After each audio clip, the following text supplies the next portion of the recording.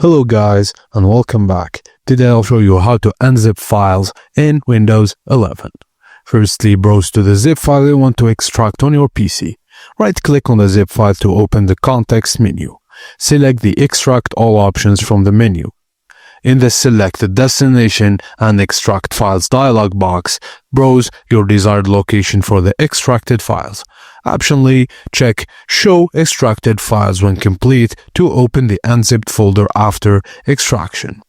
To organize files, you can just append a new folder's name to the destination path to create a subfolder for the extracted file. Now, all you have to do is click Extract to decompress the zip file. Now your files are ready to use in the specified location.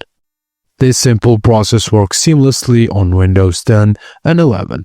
Thank you guys for watching, and please don't forget to like and subscribe for more.